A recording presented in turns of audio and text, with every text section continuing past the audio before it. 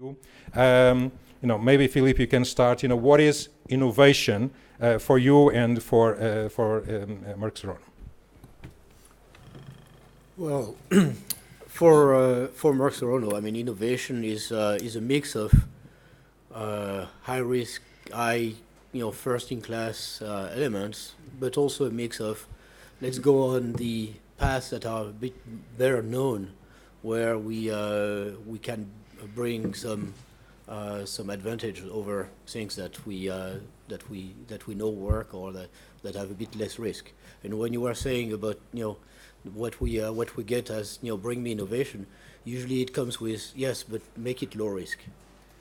That's a bit difficult if it's truly innovation. So Corinne, do you get the same message? Bring me innovation, cheap and low risk. I thought you were going to ask me what is innovation, because I got my. I will also ask you that. I got my answer back, because I think innovation's actually a much overused word, especially in the pharmaceutical industry, but also in biotech and in the finance sector. So I try not to use it, I think.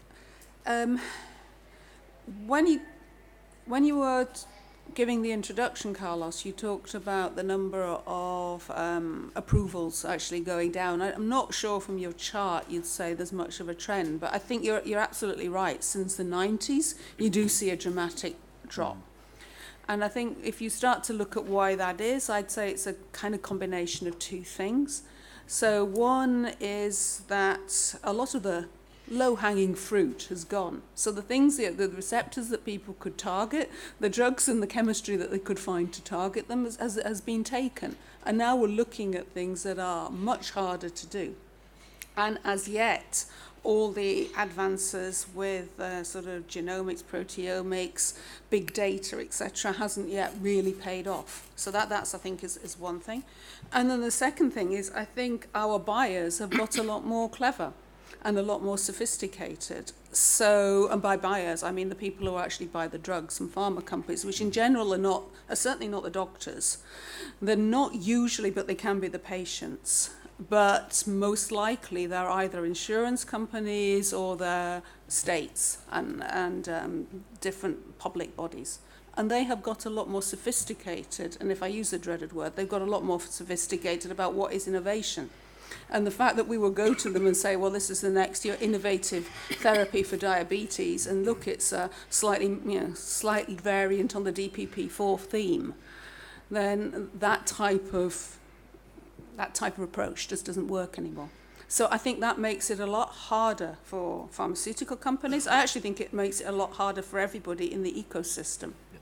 And you need to be very selective, and we have to be very selective where we place bets, and we have to be selective where we place bets internally and selective where we place bets externally. So I think overall it's the hurdles have got higher for everybody. Thanks. But so do you also have that? But do you have still the request? So I don't know then what is the word that you use instead of innovation. What is it to use instead of innovation? So I think, the word is still used, but I think it's often used, as I said, without really a good concept of what it is. Certainly we are looking both internally and externally for therapeutic approaches that really would move to, if you would like, a curative approach. So much more high risk, perhaps using different types of technology, so cell therapy, gene therapy, these types of things, but not as much if you like, the more traditional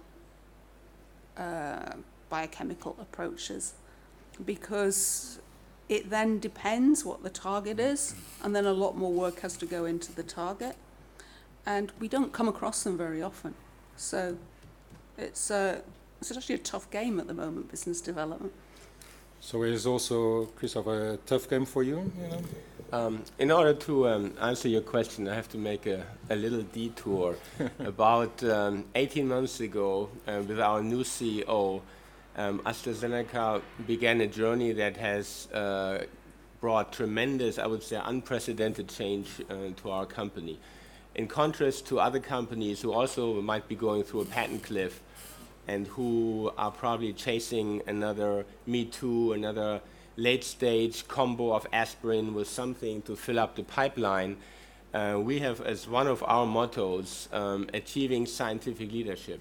So with our CEO, everything is about the science. So we're not only going out there, not changing our internal ways and just seeing where is innovation.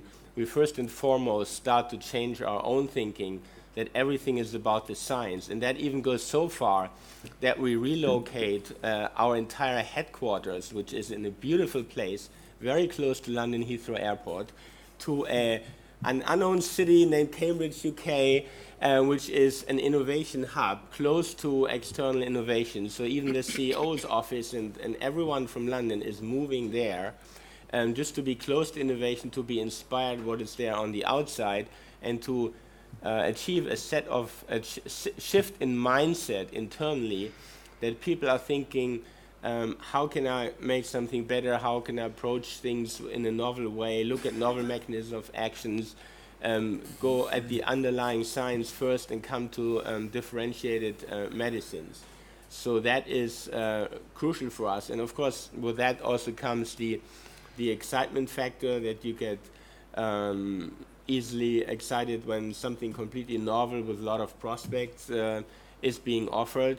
But this is probably done in a healthy balance together with other products that have a proven mechanism, so that we fill the pipeline from early stage to late stage and don't come up with gaps 5 or 10 years down the road.